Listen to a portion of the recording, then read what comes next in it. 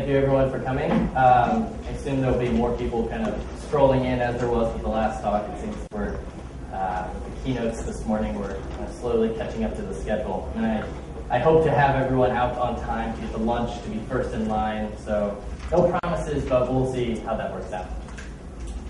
So what I want to talk about today is, although the contrast is a little off there, about fast deployments, monitoring, and how continuous integration and ChatOps, and I'll describe a little bit of what that is if you don't know, why they're crucial for every application. Now, this isn't just going to be for your enterprise applications or maybe your most secure, important applications that you have, but also open source applications. Any projects you might have up on GitHub that you want a lot of people in the community to help you out with, I think these are crucial components of those as well. So, kind of show of hands, I guess, to kind of keep us active here. How many people deploy an application or are on a team who deploys an application about once a week? At least once a week, more than once a week. All right, cool. So, anybody deploy once a day? Besides my colleague, you? 10 times a day? More than 10 times a day? I think GitHub, we run statistics on this from time to time because we talk about it in some of our talks. We deploy our applications about 140 times a day. And through some of the methods that I talk about here is why that happens and how that happens and why we don't really think about it or stress out about it too much when we're doing it. Me personally, I don't do a lot of development anymore, so if I had to deploy an application 140 times a day, I'm pretty sure I'd be sweating bullets. So a little bit of agenda about what we're going to be talking about today. Who am I? Testing, hooks and services, and then ChatOps, as I will describe that when we get there. And probably the longest section of this is going to be the who am I section, because I need you all to know a lot about me, right? So everyone's here to learn about me, not what I'm talking about, right? Cool. So obviously I'm kidding. So some of these sections are going to be kind of a large overhead view. Right? I can't really dive into how you can set up a CI environment. All I can do is point you to some of them and point you to their brilliant documentation, amazing resources they have. And I can't really set up your chat environment within your work. Similarly, I can't change your company's culture if you already don't have a chat environment. Hopefully through some of these things today, you can have some takeaways that you can go back to people and start with some small steps to eventually have these things at your company. So, who am I? So primarily, I am a trainer at GitHub. That means I teach people from India all the way to the US, and as well as all of Asia nowadays, about how to use Git and GitHub. Now that means through workflows, understanding Git version control itself, understanding GitHub, the application, and generally how to work with each other. So some of these some of this training involves conference talks, such as this one. Other times, I'm on site at an enterprise customer teaching their developers how best to work together, finding out their deployment process, finding out their branching strategies if they are coming over from SVN and they don't understand Git, teaching them that, all the way up to some advanced stuff, playing around with the ref specs, things like that. So how many people currently use Git or GitHub? Okay, right? There's a lot of people in the last talk who use iOS and Android, and I hope anything that you use is also going to be up on GitHub. Do that. So before I came to GitHub, I was a developer. I worked on Ruby on Rails. I knew a little bit of JavaScript, hardly any HTML or CSS, and that's kind of where I'm still at. I don't do a lot of development nowadays, but I do enough to still kind of work my way around some internal applications. We have I have some images, proof, you could call it, of me actually deploying code in my slides itself. But for the most part, nowadays, I don't do any development.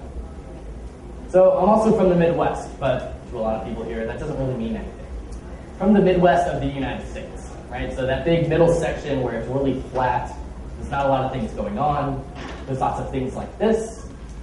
This is a painting. I thought it was a picture of a painting. There's lots of this. There's lots of corn. There's lots of soybeans. A lot of farm life. My dad was a farmer, et cetera, et cetera. But I'm in San Francisco now, and as cliche a photo as I could find of what San Francisco is, it's very much like this. It gets foggy in the summertime around 6 p.m. and then it gets cold. So that's what I'm up to now, primarily teaching, doing a little bit of development.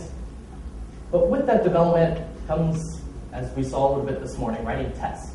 So, a show of hands, who tests their code? Who's writing tests, right? Some people today were a little shy to talk about testing this morning. But who writes tests first? Before you develop any amount of feature, who actually tests their code and writes the failing test first, and then goes develop the feature to actually make that test pass? I certainly never did this when I was in school. I was doing a lot of development. We learned C++ and C. I actually learned Ruby and Rails on the side. But we actually were never even taught how to do testing in school, which after I got out was very peculiar to me. But testing just wasn't a part of it, right? We would just work on our assignments and we'd turn those in and everyone was happy, on to the next assignment. And that's a little bit how some feature development I see developers learning how to program, how to code. I see when they're doing that on their own, this is how I see them adopting. But there's many tools and workshops and classes and online materials now that will walk people through this and show them test first. There's a brilliant site out there, I think called rubycones.com. That is how I learned how to program Ruby. And it has a bunch of tests on it. And you run the application, it shows you all the failing tests for your section, and then you go back into the code and you fix the test. So you learn how to write tests. So I never did this while I was in school, and side note, I still don't, right? So I still don't write my tests first. I can't help it, right? I want to jump right into the application. I want to build the things, but I'll be ashamed if I turn something in for my colleagues to see or whatever if it doesn't have a test. But this is also why I didn't do research. So as Simon before me had, the iBeacons, my brain starts firing off a little bit thinking about robotics. That's the kind of research I did when I was in school. So I worked on robotics, and having those iBeacons would have been awesome for them.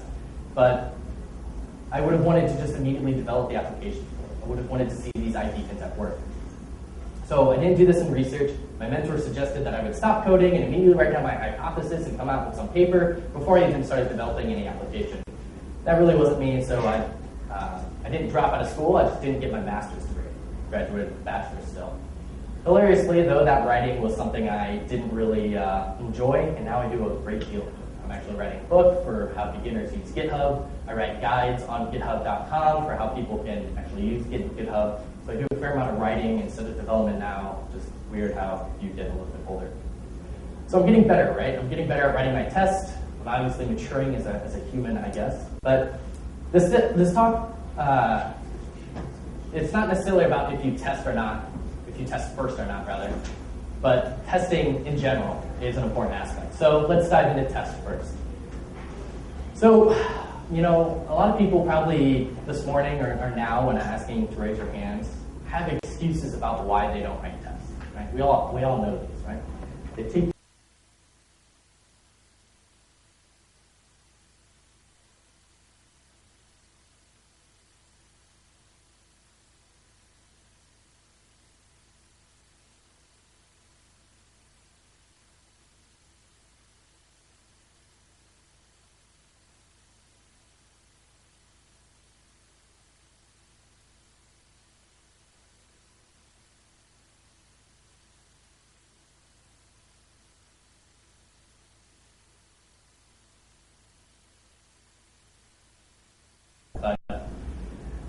So who does all the things, right? I tease that he can do image searches and do calculations using third-party services, but does anyone have any guess what actually happens through ChatOps with Qbot? It's kind of obvious, right? He's doing all the deployments for us. So Qbot deploy all the things.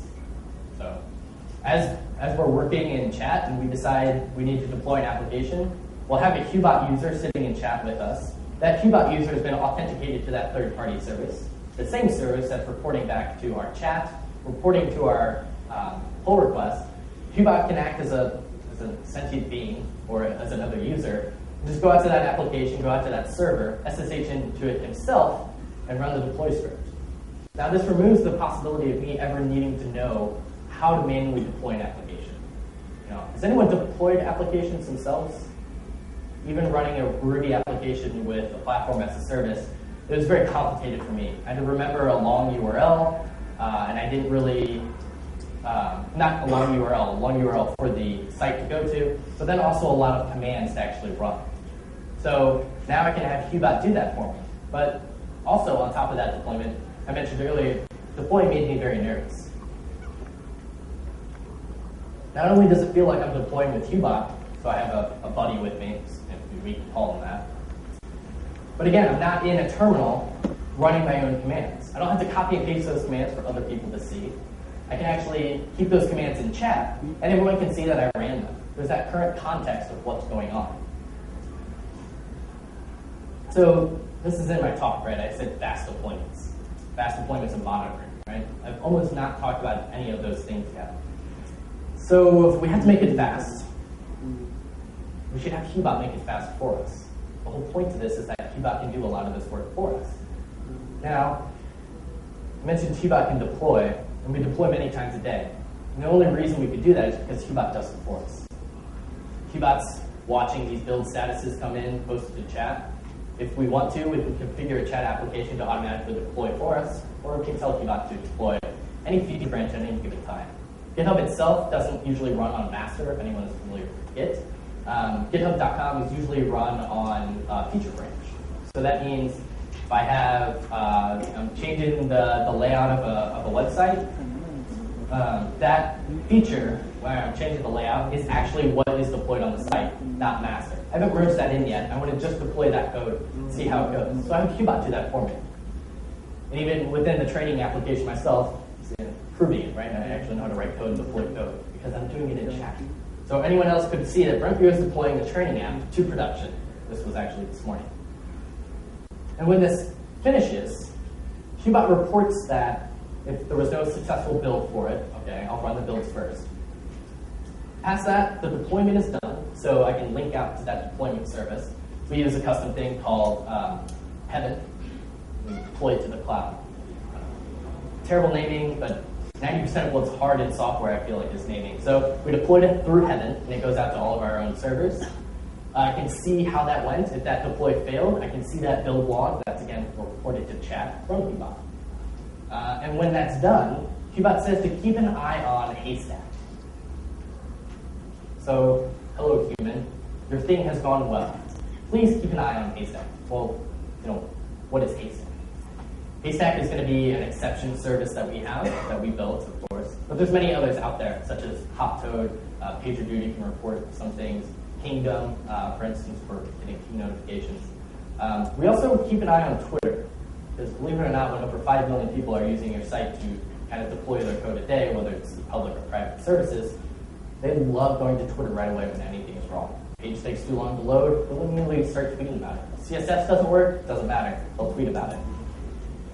But some of those exceptions can be shown in Haystack, right? So there's a lot of information on the page here, right? But what's important is the top bar, and then there's actually a bar right below it, right here, where we have who actually deployed. So we have a running record of who's deployed the application, and then how many exceptions has there been since then. Some of these exceptions are going to be not so terrible. Maybe the page took too long to load, so we fired off our own exception. Maybe the JavaScript didn't render correctly. There's going to be other times when these exceptions are very important. We can actually see some of the scaling exceptions raised there by the dashboard. So we kind of have some of those lines kind of building, showing some of the aspect of the application itself and that specific exception. So this is all interesting, right? We're showing chat, we're deploying from chat, everything's great. And we have, an exception service, whether you're running on Heroku or not, to have these free exception services that they provide, whichever, maybe you built your own just like we did. That doesn't really allow us a lot of context, right? So I deployed my application, deploy went well. Everyone sees that it went well, so I feel good. And then, Twitter's fine, there's no exceptions on Haystack. I'm kind of watching all this stuff happen. But what is past exceptions? Our code is live, but now what? How's the performance going? How is SQL handling the new load? Are we dark shipping something, which we do at GitHub, where we essentially fix the code in the back end, make all the routing go through it, but no one ever sees that on the front end, so we can monitor performance. But how do we monitor performance? We use a tool, largely, largely use this tool called Graphite.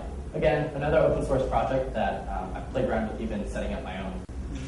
So there's a lot of awesome, really smart people working on it. Some current GitHub employees, some past contractors that we've had, other people at other companies who do graphing and monitoring better than we can. They're all working on this application called Graphite.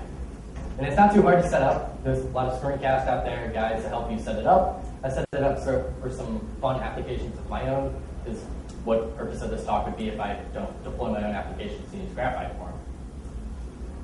So Graphite also sits kind of above two other things called StatsD and CollectD. Now I'm not going to go into details about these things. I have links to them at the end of my slides.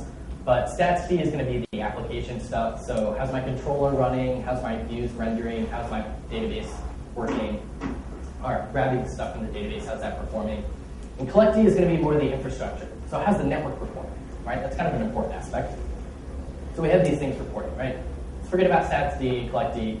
We're posting to somewhere called Graphite, and that's awesome. We can now open up our webpage, go to a URL, and see Graphite, and have things reporting to it. But again, I hate to maybe beat a dead horse here, but if we have everything posting to URLs all over the place, we don't want to go to them, try to keep everything centralized in chat. And if we do that, how do we get these things posted to chat? Anyone have a random guess? Shout it out if you know Hubot. So Hubot's going to go out, fetch these things from our third-party services. We're going to have them authenticated, and he's going to bring in those pretty graphs for us and post them right in the chat for us to view. So there's been times we've been DDoSed, which is weird because in my mind, we're a platform that allows everyone to work together. Why do you want to take us down? Because then now maybe you can't work with your other actors.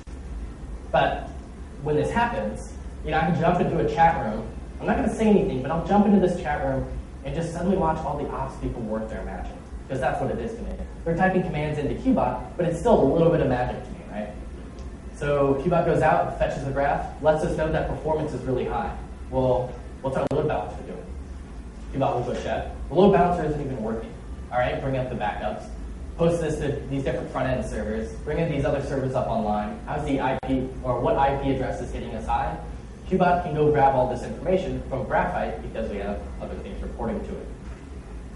And that's cool, right? When we have a DDoS or a terrible situation, it sucks, but it's awesome for me to watch because again, remember, I'm not a developer anymore. I don't even really deploy code too often. But what if we also just had a dashboard view?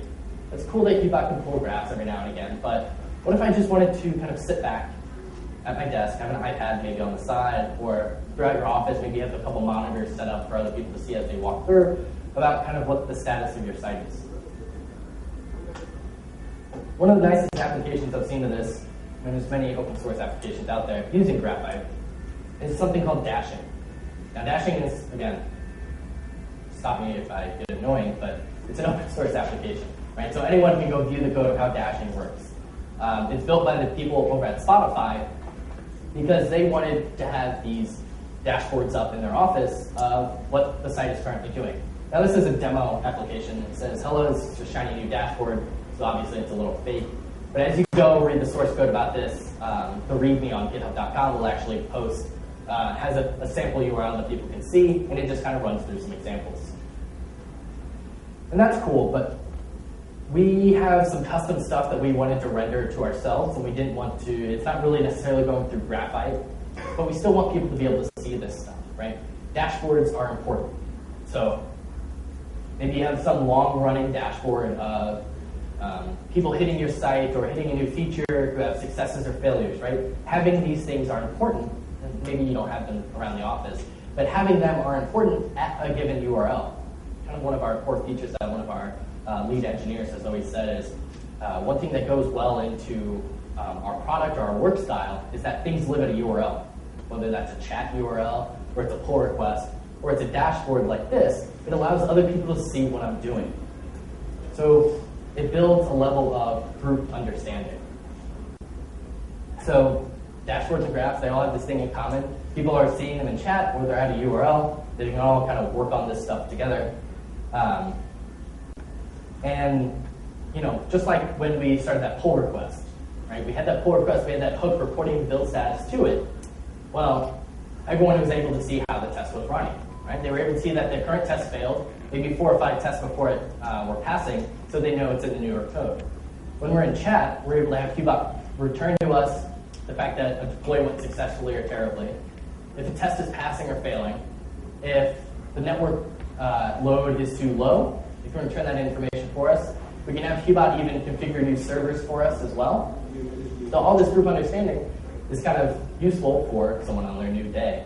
The onboarding process of a new ops person for us is significantly lower. They just have to learn some Qbot commands. They don't necessarily have to remember a whole bunch of old URLs with archaic params to them.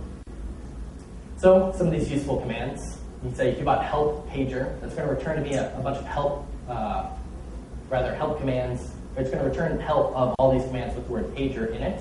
So there might be one that's necessarily, pager page, oh God, I don't know what's going on with my application. Did someone check it out for it? The site is down, everything is terrible. I can page the person on call. It'll actually go to their phone because of pager duty. We can also, in plain English, again, kind of a core point here. In plain English, we can say, Qbot graph me, I know, plain English, this looks a little crazy, right? Graph me 12 hours ago, something from the network, the border of the network, a certain server itself, and then a certain application on that server.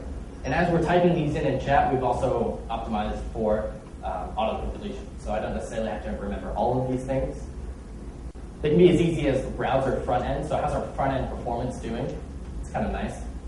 And then finally, as simple as deploy training / a branch name to production, staging, some additional environment that Qbot can deploy to.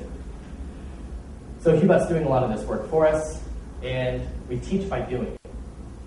Right? So everyone in the chat room now, watching from the sidelines, maybe they're an intern for a while, they don't have to come into the chat room and immediately start bugging everyone about, oh, what's that one command to get that graph? Oh, I've seen it like 4 or 5 times. It's an easy command to kind of memorize. I'm going to start typing that up myself. Now ops can see that I'm running these commands and say, is there something wrong? Oh, I see that right there in the graph. I know that something is wrong. You don't have to tell me. You don't have to send me an email. You don't have to call me. You don't have to ping me in chat. You don't have to find me on GChat, Skype, whatever it is you use. Everyone's seeing it in a group chat. And again, Ryan Tmako, or Art Tmako, as he created Qbot, this was kind of his idea, right? He wanted everyone to have some service that they use for all this work. Now, GitHub uses Qbot. We've released Qbot. I've seen a lot of other people use it at companies.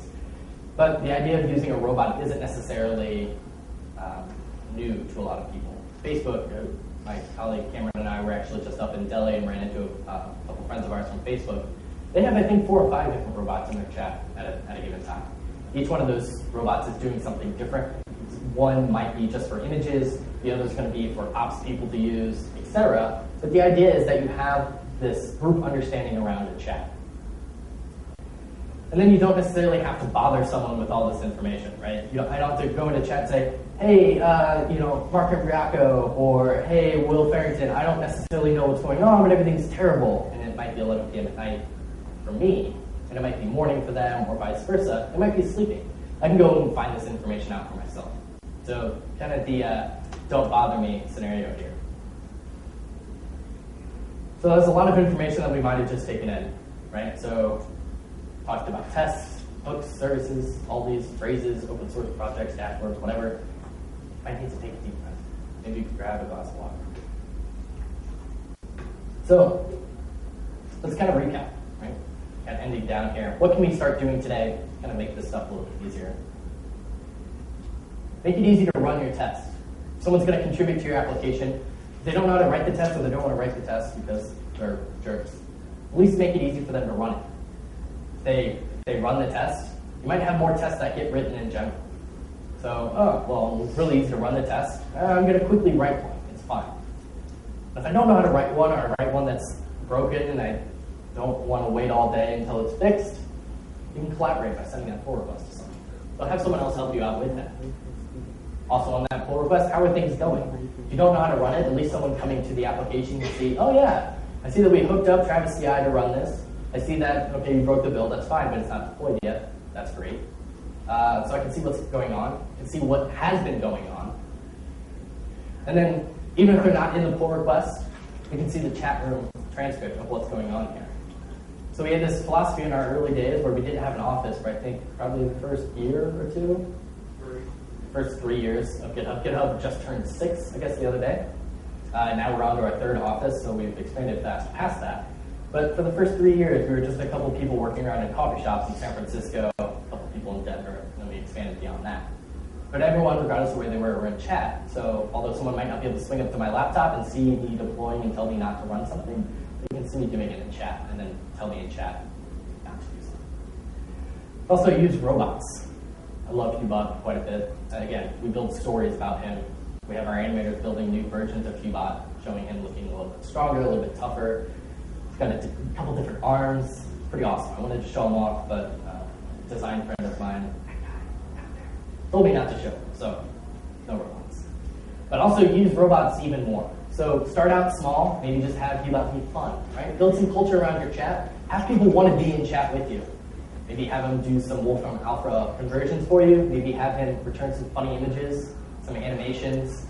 I could say, Brent beer me, and it would be my face, and then over time it's actually an animated GIF, so I wink.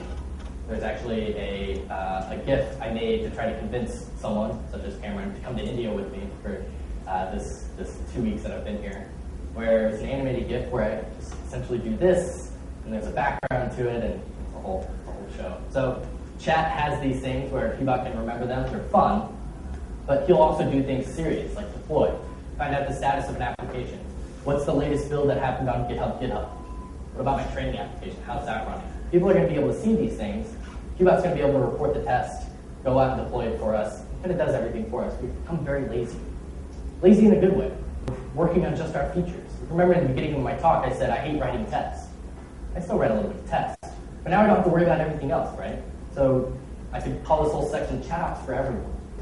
And I could, not really worry about ops anymore because I can have Qbot deploy, configure environments for me, and monitor how everything is looking.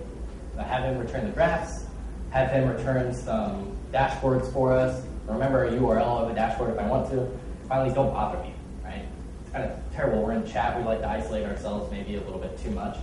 But I also don't have to find an ops person and really occupy a lot of their time. I can say, you know what, let's find out what's going on with this before I bother. So keep deploying, keep building, but do it faster and safer. Thank you.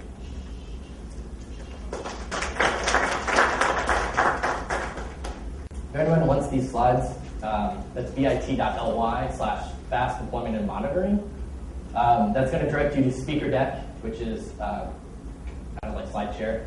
It might not be done uploading yet. I've uploaded it. It's processing the PDF to render it on the web page, so that might not be done yet as well.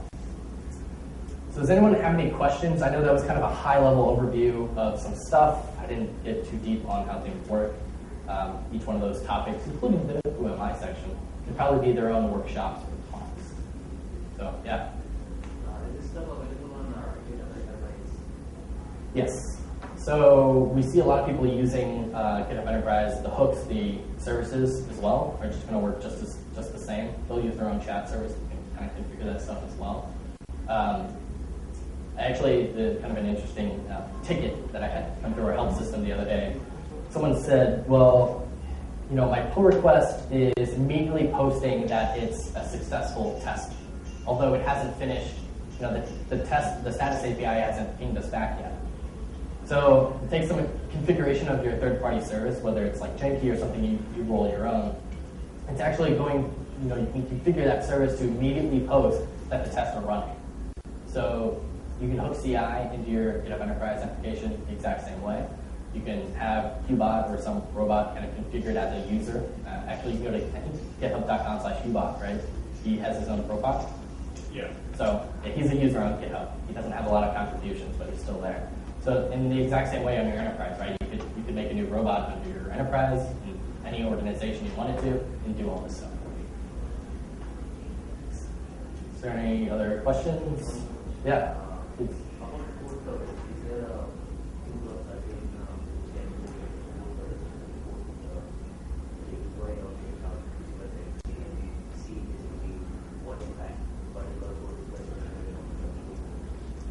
So like kind of individual user stats of like, sorry, maybe I misheard you. I thought you were asking basically, is there a way on GitHub to see kind of who's contributed what code when?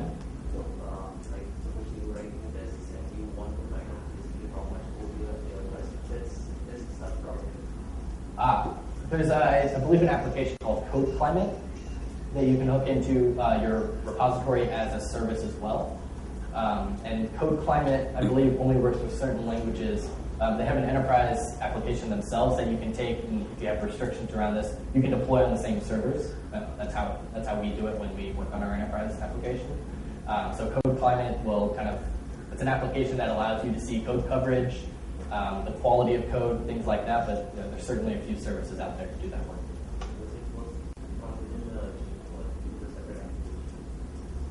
It'd be a third-party service. So for us, when we use it, it's like we'll have Enterprise installed on some servers, and then we have an Enterprise version of Code Climate also on those servers, just running as a service. So it's kind of still within our firewall.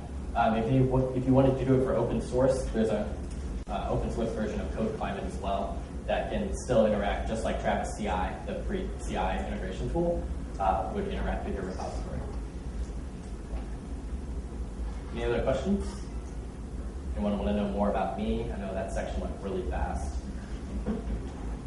Yeah? Some of these tools, do they work on specifically for GitHub or can work on any Git server locally hosted? Yeah, I imagine a lot of them can. I mean, really, if we think about what a service or a hook is on GitHub, right, it might be a post-receive hook or a pre-receive hook. So GitHub receives some amount of information from packets of Git itself. Then it says, cool, well, here's a script I'm going to run that actually sends that data off. So that's kind of how Git itself works. And we kind of take advantage of that and maybe make it a little bit easier. And again, kind of the reference of terrible coloring there. But statsd, collectd, graphite, dashing, all that stuff, those are going to be able to kind of report to your own. I mean, pull request is a GitHub thing, right? It's not a local Git thing. So just because you have your own Gitorius or GitLab server doesn't mean you'll be able to do pull requests. I don't really know the state of features on those services. So some of them might not be able to do this, right? Obviously, the developer.github.com for the API and the deployment stuff, that's going to be, again, more of us. Travis CI and Circle CI. Travis is very closely integrated with GitHub. We just kind of know a lot of those people. Janky itself is just a build service. Circle CI is going to be kind of a paid CI service as well. It doesn't need to work with GitHub, I don't believe. And there's a few other CI services as well that just receive information, especially something like Jenkins, right? It just cares about receiving packets of data. Anything else? Does anyone, just kind of show of hands, I don't see everyone's laptop, so I don't know. Who uses Windows? Most people. On Windows, what chat services do you guys use? I was actually thinking about this as I went home, because I'm stuck in the Mac world. Do you guys use IRC for chat, group chat, maybe? Same time. What is it? Same time. Ah, okay, cool. So yeah, again, if you want open source contributions, maybe go look at Qbot, see if there's an adapter for it. So it'd be fun. I'm always currently kind of trolling around on GitHub, looking around for projects to contribute to. So awesome.